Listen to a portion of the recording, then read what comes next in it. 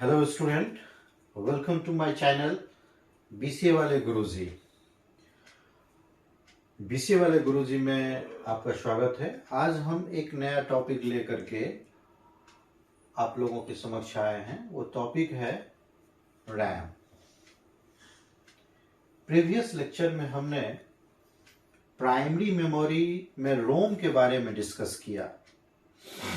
आज हम लोग रैम के बारे में डिस्कस करेंगे।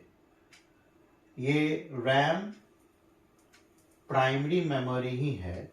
प्राइमरी मेमोरी दो तरह का होता है। There are two types of primary memory, ROM and RAM. तो प्रीवियस लेक्चर में हमने रोम के बारे में डिस्कस किया। अब इस लेक्चर में हम रैम के बारे में डिस्कस करने जा रहे हैं। तो RAM instance for random access memory. ये रैंडम एक्सेस मेमोरी मीन्स ऐसा मेमोरी जिसमें डेटा रैंडमली एक्सेस किया जा सके। इसका मतलब क्या कि जब कंप्यूटर हम ऑन करते हैं, कंप्यूटर स्टार्ट करते हैं, उसके दौरान रैम के अंदर डेटा आता है और जब हम लॉग ऑफ होते हैं, कंप्यूटर को टर्न ऑफ करते हैं, तो डेटा लॉस्ट हो जाता है। इसे हम वोलेटाइल कहते हैं। ये जो कैरेक्टरिस्टिक है रैम का, इसको एक वर्ड में हम वोलेटाइल कहते हैं, जबकि रोम नॉन वोलेटाइल था और रैम वोलेटाइल है। अब ये रैम को दो भाग में बांटा गया। There are two types of RAM, SRAM and DRAM। SRAM instance for static random access memory. अब स्टैटिक रैंडम एक्सेस मेमोरी का जो मैकेनिक्स है वो ये है कि ये 6 ट्रांजिस्टर के माध्यम से बना है। इसलिए हमने यहां लिखा SRAM uses a matrix of 6 transistors. और ट्रांजिस्टर के बारे में आपको पता है कि ट्रांजिस्टर एक सेमीकंडक्टर से बना हुआ, सिलिकॉन सेमीकंडक्टर से बना हुआ डिवाइस है। In this memory circuit capacitor are not used. इस SRAM का जो सर्किट है, वो जो चिप बना हुआ है, वो जो IC है, उसका मैकेनिक्स सिर्फ ट्रांजिस्टर के माध्यम से ही बना है, न कि कैपेसिटर के माध्यम से। कैपेसिटर उसमें मिक्स नहीं किया गया है। इसलिए हमने डायरेक्टली यहां पे लिखा कि capacitor are not used. Capacitor मतलब कंडेंसर। कंडेंसर एक इलेक्ट्रॉनिक्स कंपोनेंट है जो अपनी क्षमता के अनुसार इलेक्ट्रिसिटी को स्टोर करता है। It is an electronics component, it stores the electricity, depends upon its capacity. तो SRAM में कैपेसिटर का यूज नहीं किया जाता है। अब SRAM के बारे में हमने कुछ और पॉइंट यहां पे लिखा। SRAM is high speed random access memory which is used in special application such as cache memory।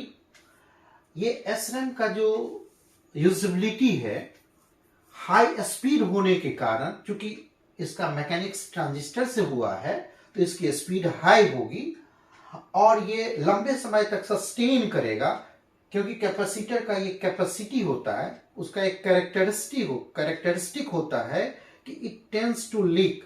उसका जो इलेक्ट्रिसिटी है धीरे धीरे धीरे धीरे धीरे धीरे खर्च होगा, रिड्यूस्ड होगा। तो जिसके कारण इसकी जो स्पीड होगी, SRAM की जो स्पीड होगी वो हाई होगी, वो काफी तेज होगी।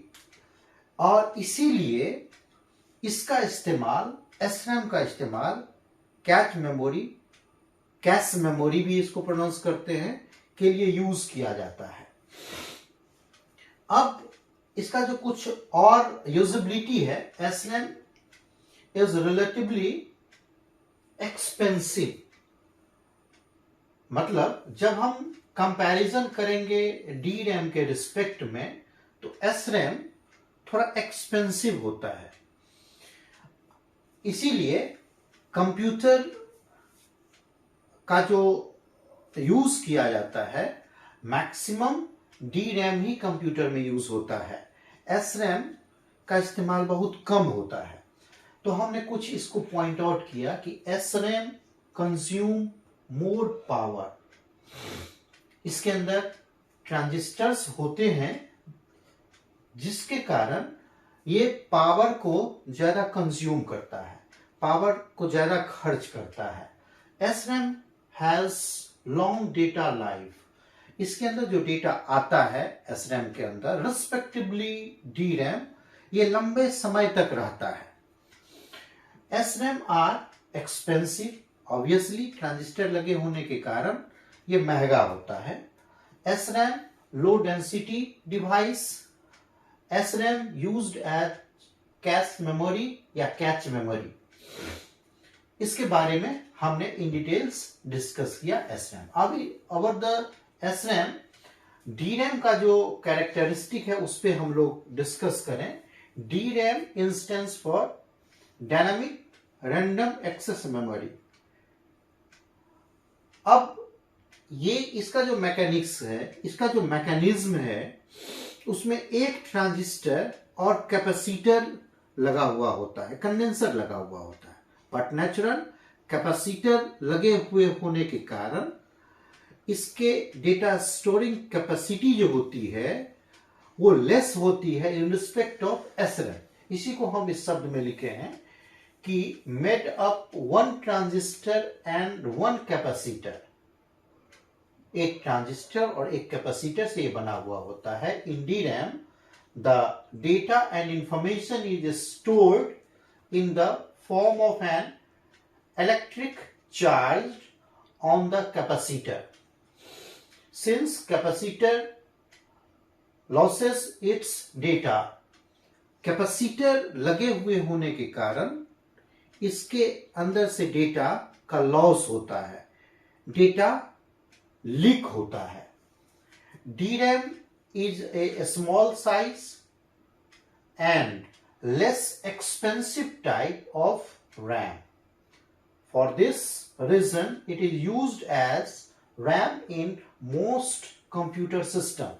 ये कम एक्सपेंसिव होने के कारण मैक्सिमम कंप्यूटर में DRAM का यूज किया जाता है। अब कम एक्सपेंसिव क्यों है? क्योंकि इसमें ट्रांजिस्टर एक लगा हुआ होता है और कैपेसिटर लगा हुआ होता है। इसके कुछ मुख्य पॉइंट हैं। DRAM stores data using capacitor. DRAM के अंदर जो डेटा स्टोर किया जाता है वो कैपेसिटर के माध्यम से यूज किया जाता है, जबकि SRAM में ट्रांजिस्टर के माध्यम से किया जाता था। DRAM contents of a capacitor need to be refreshed। अब ये इसका जो पावर है टेंस टू लीक, इसीलिए इसको रिफ्रेश करने की जरूरत पड़ती है, जबकि SRAM को रिफ्रेश करने की जरूरत नहीं पड़ती है। DRAM consume less power. Obviously DRAM में जो डिवाइस लगा हुआ होता है उसका जो मैकेनिक्स है ट्रांजिस्टर और कैपेसिटर के कारण इसका जो पावर है in respect of SRAM come consume करता है। इसलिए हमने इसको यहां पे लिखा DRAM consumes less power. DRAM has short data life. DRAM के अंदर जो डेटा को एक्सटेंड करने की क्षमता होती है वो बहुत कम होती है, क्योंकि कैपेसिटर होता है। कैपेसिटर लगे होने के कारण डेटा धीरे धीरे धीरे धीरे धीरे धीरे लीक होता है, जिसके कारण इसको रिफ्रेश करने की जरूरत होती है। इसीलिए हमने यहां पे लिखा DRAM has short data life. उसके अंदर जो डेटा होता है उसकी जिंदगी, उसकी लाइफ बहुत कम होती है। DRAM less expensive. D RAM का जो एक्सपेंस होता है वो लेस होता है in respect of S RAM. D RAM used as main memory in computer system. Computer system के अंदर जो मेन मेमोरी की यूजेबिलिटी है उसमें डी रैम का अहम रोल होता है, डी रैम का ही यूज किया जाता है. तो इस तरह से रैम के बारे में हम लोगों ने डिस्कस किया. जब हम फुल्ली आर्किटेक्चर आपको बताएंगे तो कैसे कैसे डेटा पास किया जाता है उस सर्किट के माध्यम से हम आपको एक्सप्लेन करेंगे कि कैसे फ्लिप फ्लॉप सर्किट के थ्रू एस रैम और डी रैम के थ्रू डेटा पास होता है.